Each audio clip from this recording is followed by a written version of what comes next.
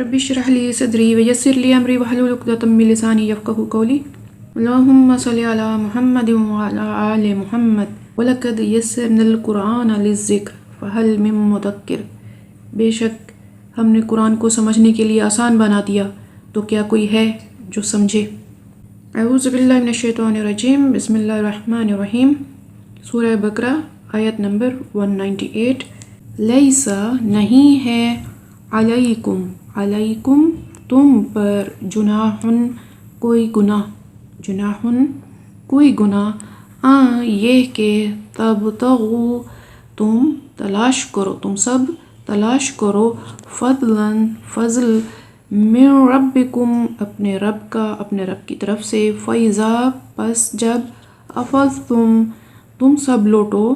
من سے، عرفاتی عرفات کے میدان سے، فاذکروا اللہ تو تم سب ذکر کرو اللہ کا، عند پاس، مشعر الحرام مشعر حرام کے پاس، یعنی کہ مزدلفہ کے پاس، عند مشعر الحرام مزدلفہ کے پاس،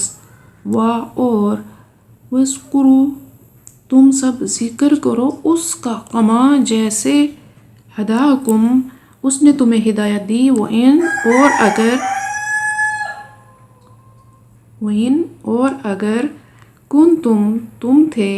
من قبل ہی اس سے قبل، لمن الضالین البتہ گمراہوں میں سے۔ اب لفظ و لفظ ترجمہ دیکھتے ہیں۔ لیسا نہیں ہے، علیکم علیکم یہ دو لفظ سے مل کر بنا ہے، دو حرف سے، علی مطلب پر، کم تم،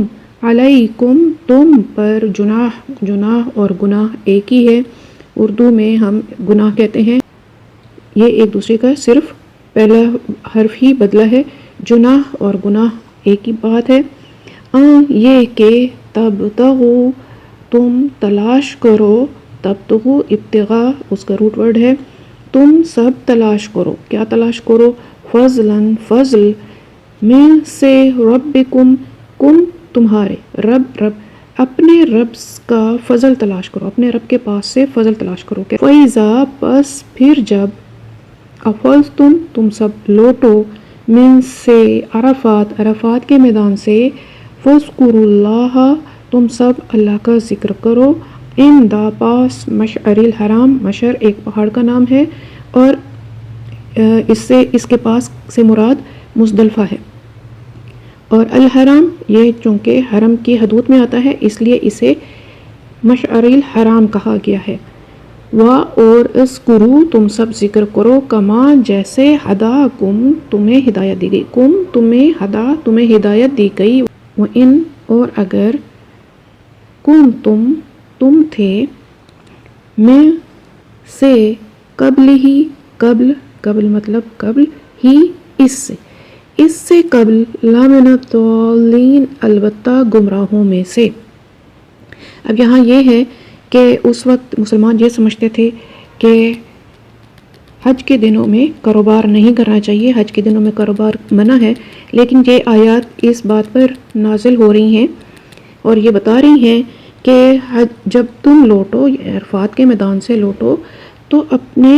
رب کا فضل تلاش کرو، یعنی اجازت ہے، آپ حج کے دنوں میں کاروبار کر سکتے ہیں، پیسہ کما سکتے ہیں، اپنے رب کا فضل تلاش کر سکتے ہیں۔ جو کچھ کہا سنا اللہ تعالیٰ سننے اور سمجھنے کے بعد عمل کی توفیق عطا فرمائے، جب تک زندہ رہیں صحت اور سلامتی اور ایمان والی اور برکتوں والی زندگی عطا فرمائے۔ اللہ تعالیٰ ہماری اولادوں کو ہماری آنکھوں کی ٹھنڈک بنائے اور ان کو بھی صحت اور سلامتی اور ایمان والی اور برکت والی زندگی عطا فرمائے۔ جزاکم اللہ خیر، بارک اللہ فیکم، واذکروا دعوانا ان الحمد للہ رب العالمین۔ کفارہ مجلس کی دعا پڑھ لیجئے۔